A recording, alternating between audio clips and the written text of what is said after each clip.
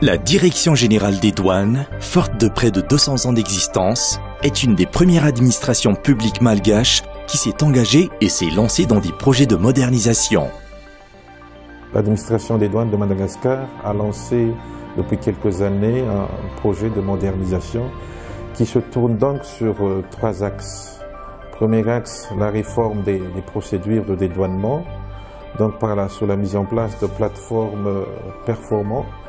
Deuxième axe, l'efficacité et le professionnalisme à travers la gestion des ressources humaines. Et troisième axe, la contribution au développement à travers l'augmentation des recettes collectées au niveau de la Direction générale des douanes. Cydonia World est un produit par la CNUSED et est déjà utilisé dans plus de 50 pays. Madagascar peut profiter pleinement des expériences réussies dans ces pays et utiliser des fonctionnalités autrefois impossibles dans l'ancien système. Outre ces nouvelles fonctionnalités, la grande flexibilité de Cydonia World permet de concilier contrôle efficace et facilitation d'utilisation. Le système peut ainsi évoluer à la demande de l'administration et des utilisateurs. En avant-première, nous pouvons déjà voir ci-après les fonctionnalités mises en place pour le bureau pilote de Majunga. Le nouveau système Cydonia World apporte de changements significatifs tout en assurant une certaine stabilité dans la procédure de dédouanement. En effet, les procédures demeurent pratiquement inchangées. Les utilisateurs trouvent ainsi facilement leurs repères tout en jouissant d'un système facile à manipuler et d'une très grande modernité. Nous allons ainsi voir enregistrement d'un manifeste, enregistrement d'une déclaration, vérification et liquidation, paiement, bande sortie. Ty système vaovao ty zany izay atsotsika moa hoe Cydonia World dia tsy vitany hoe mitondra fanovana sy fanatsarana fa eo dia eo tokoa zany ireo tombotsoa maro izay entiny. Raha tsy ilaza fotsiny zany amin'ny hoe raha taloha dia mampiasa login maro ny olona zany rehefa hiditra amin'ny module isan-karazany. Fa amin'izao fotoana izao zany dia login iray fotsiny zany dia tafiditra na ireo mpiara-miombina antoka na ny mpiara-miasa eto anivon'ny fahadiranana. Ny zavatra izay dia misy fiantraikany tsara eo amin'ny famoahana entana fa indrindra koa moa zany eo amin'ny fanaraha-maso izay ataon'ny fahadiranana. Amin'ny ankapobeny moa zany ny procédure dia hoe tsy dia misy fiovana fa mbola eo avokoa zany ireo zavatra izay niarahana nanao tany aloha, ny fikirakirana ny manifeste, ny déclaration, ny contrôle ny inspecteur, ny paiement, ny sortie eny amin'ny port. Fa fotsiny zany mihatsara ny zavatra ampiasaina ary ny rehetra zany dia migoka izany atao hoe modernisation zany mihitsy. Satria raha ohatra ka nanao tsika ny dématérialisation zany tamin'ny herintaona lasa dia vao maika mihatsara kokoa zany zavatra rehetra zany. Le module manifeste de Cydonia++, utilisé depuis 2005, a déjà montré ses limites, pour ne citer que les cas de la longueur des champs, des cases non modifiables et le dégroupage. Le module manifeste de Cydonia World corrige pratiquement tous les défauts de son prédécesseur, notamment ergonomie, contrôle de conteneur, contrôle du destinataire lors du dégroupage, importation aisée de manifestes par XML. Ny fahitako ny Cydonia World zany par rapport am'le système taloha izy tsara, mora ampiasaina ary alaise kokoa ianao zany mampiasa anazy. Taloha zany mampiasa Cydonia++, sady mila trade net rehefa miattaché document ohatra dia avy eo mivadika ary amin'ny système misy zavatra anankiroa zany tsy maintsy hidirana fa amin'ity zany amin'ny Cydonia World module iray foana dia efa afaka hiasana amin'ny rehetrarehetra. Amin'ny ambangovangony aloha zany par rapport amin'ny Cydonia++ izy zany hita hoe misy évolution zany le izy par rapport amin'ny Cydonia++. Dia ny fahitana azy zany ampahangana kokoa le asantsika zany amin'ny resaka dépôt-na manifeste sy ny resaka pitsopitrony amin'ny resaka déclaration de douane sy ny rehetrarehetra. Izay zany ny fahitana azy aloha. Tena manampy anay mihitsy satria ny sarotra manko raha hoe manifeste iny no andeha ataonao manuel fa le XML zany zay misy département hoe Haïti any Tamatave zany dia zareo zany no mamadika an'io fichier io ao amina XML zany dia ny anjarana eto zany dia mandatsaka fotsiny rehefa voadika anjareo valy le izy fa tsisy olana ka tsisy olana ohatra ny tamin'ny Sidonia plus ihany. Raha mahakasika ny fomba fampiasana ny Sidonia Word zany par rapport amin'ny Sidonia plus tsy dinana sarotra izahay tato amin'ny CMA-CGM satria izahay efa tao anatin'ny fampiasana ny fichier XML zay takina ampiasaina amin'ny Sidonia Word dia mora taminay nandray an'le izy dia afaka milaza ary zay zao na dia ohatra ka tsy maintsy mbola mangataka fanampiana aminareo responsable ihany hoe amin'ny zavatra madinidinika fa afaka milaza zay fa voafenay tsara amin'izao Sidonia Word. Ny fahitana ny Sidonia Word zany hatreto aloha zao dia afaka teny afaka lazainy hoe namaly etaetanay. Enregistrer une déclaration dans Sidonia++, c'est attacher les documents joints en premier dans le guichet unique, puis basculer dans le module déclaration de Sidonia++ pour faire la saisie manuelle de la déclaration. Le module déclaration de Sidonia World réunit en une seule fenêtre les deux opérations précédentes, déclaration et documents joints. Des fonctionnalités toutes simples. Le copier-coller avec une souris comme dans Windows est disponible et facilite la saisie d'une déclaration. Il est aussi maintenant possible de sauvegarder une déclaration de 100 articles et de la réutiliser avec un autre régime. Les documents joints sont attachés et soumis avec la déclaration elle-même. Voalohany indrindra aloha dia nafinaritra ny fanovana ny entan'ny douane tamin'ilay Sidonia Word satria izahay transitaire dia nahatsapa fa moramora kokoa anay zany ny manao déclaration amin'izao.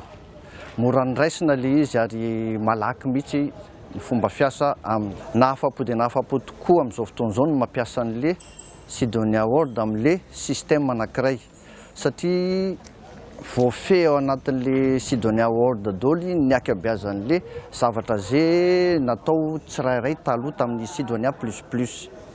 Ka dia mahafinaritra le izy. Vao tokoa le système vaovao le zavatra ampiasaina amin'izao fotoan'izao. Marina aloha fa hoe amin'ny zava-baovao le izy dia tsy maintsy ianarana le izy fa mora niraisina le izy tamin'ny nampianarany mpiasa ny douane anazy fa tsy dia sarotra loatra taminay ny nandray anazy. Ny ankapobeny tsy dia nisy olana loatra rehefa ampianarana satria nisy nitovizany ihany tamin'ilay Sidonia++. Fa izany koa moa nisy ihany ny fahasamihafany fa tsy dia nanano sarotra loatra ary ny déclarant rehetrarehetra zao dia efa afaka mampiasa an'ilay logiciel le logiciel sy le déclaration zay tokony atao. Manana fanantenana betsaka mihitsy satria araka le voalazako teo hoe tsy dia nanano sarotra le procédure ary aingakaingana kokoa ka arakaraka izay mahaingana zay ny ahavitana asa bebe kokoa dia manantena zay zany amin'izao Sidonia Word vaovao iasana zao fa ampitombo kokoa ny volume ny asa dia sotra n'izay nampianatra sy ny nitondra n'le inona moa izany ny ilazana azy ny fampianarana teto nampianatra anay teto dia tonga le fampianarana ary ny asa fa manomboka mandeha ary efa hita hoe mandeha tsara dia isaorana manokana. C'est un peu contradictoire en le disant, mais la vérification sous Sidonia World est désormais facilitée. Autrefois, pour faire son travail, le vérificateur avait à ouvrir plusieurs applications et logiciels. Sidonia++, idem, Douar, Midac. Le principe a été revu et désormais, Sidonia World s'occupe des métiers douaniers tandis que le guichet unique traite les autres étapes utiles au dédouanement. Des échanges d'informations se font entre Sidonia World et le guichet unique et permettent aux vérificateurs de voir en une seule fenêtre de Sidonia World toutes les informations pertinentes. Le guichet unique est toujours disponible pour une étude plus approfondie des documents Y traités. Sidonia World intègre déjà un système de recevabilité automatique dont les possibilités d'utilisation sont infinies. Contrôle de documents joints, incohérence entre les cases, contrôle des autorisations. Raha oharina amin'ny Sidonia plus plus zany ny fempotoana anaovana ny asa ao anatin'ny Sidonia World dia hita fa hoe aingana kokoa. Satria zao taloha raha mbola hiandry ny resaka recevabilité na ohatran'izany dia ny inspecteur tonga dia afaka zany ao anatin'le Sidonia World tonga dia manao an'izay asa rehetra izay aingakaingana sady raha teo moa zany rehefa tafiditra ao ilay déclaration zany dia efa hoe midika iny zany fa efa hoe azo raisina azo traitena avy hatrany ilay dossier dia afaka mandeha aingakaingana kokoa.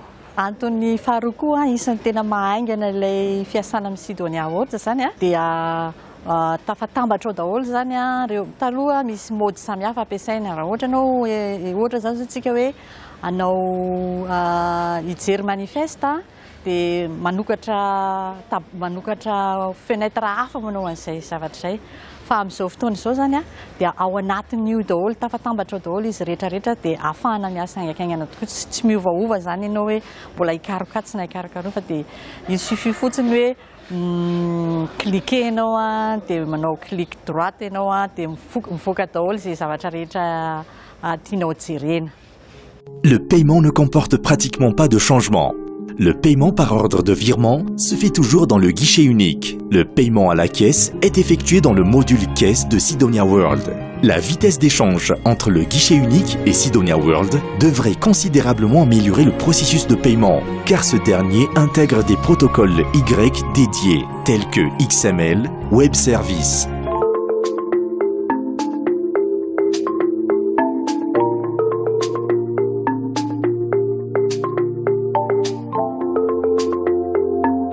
Une révolution a été apportée car le bon de sortie est maintenant la responsabilité du déclarant transitaire dans Sidonia World. En effet, ce sont ces derniers qui connaissent le mieux les colis, marchandises qu'ils vont sortir. Le déclarant transitaire, une fois la déclaration liquidée et tous les droits payés, peut au moment de son choix, à partir de son lieu de travail, éditer le bon de sortie pour les marchandises de son client. Cette disposition solutionne l'actuel engorgement sur cette étape, maintes fois critiquée par les déclarants transitaires. Grâce aux échanges des données en temps réel, avec le guichet unique, la constatation de sortie n'est plus qu'une formalité pour l'agent des douanes. Une évolution technologique offerte par Sidonia World, utilisation du lecteur code-barre, permettra à l'agent des douanes d'effectuer cette formalité en moins d'1 minute, tout en renforçant la sécurisation sur la sortie des marchandises.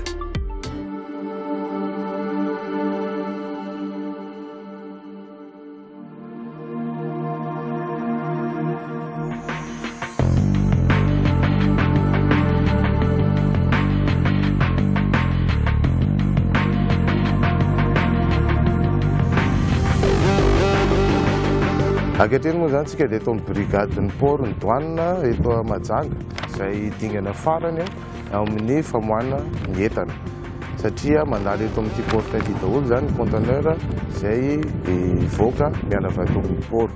Mahatsara n'ilay système vaovao dia efa tafiditra ao anatin'ny système zany ny code barre izay mampihena ny osoka izay mety ho ataon'ny sasany amin'ny famoahana ny entana ary io code barre io dia efa ao anatin'ilay système ihany koa dia anjarany ao niveau brigade izay tantanin'ny chef de poste no mandrindra ny famoahana azy. Amin'ny alalan'ny bon de sortie izay misy code barre no ahafahany mamoaka entana, ny mpanafatra mamoaka ny entana eto amin'ny vavahady lehibe eto amin'ny port Mahajanga izay mampihena ny osoka eo anivon'ny taratasy izay maro be teo aloha ary amin'izao ankehitriny dia ito taratasy iray ito any zany no ahafahany mpanondrana mpanafatra entana mamoaka ny entana eo amin'ny vavahady. L'objectif final étant de moderniser considérablement les processus de dédouanement afin de faciliter le commerce légal et de renforcer l'efficacité des contrôles douaniers. La mise en place de ce système rejoint 6 prérogatives majeures de l'administration des douanes: la performance, la flexibilité, la modernité, l'accessibilité, la traçabilité et la transparence.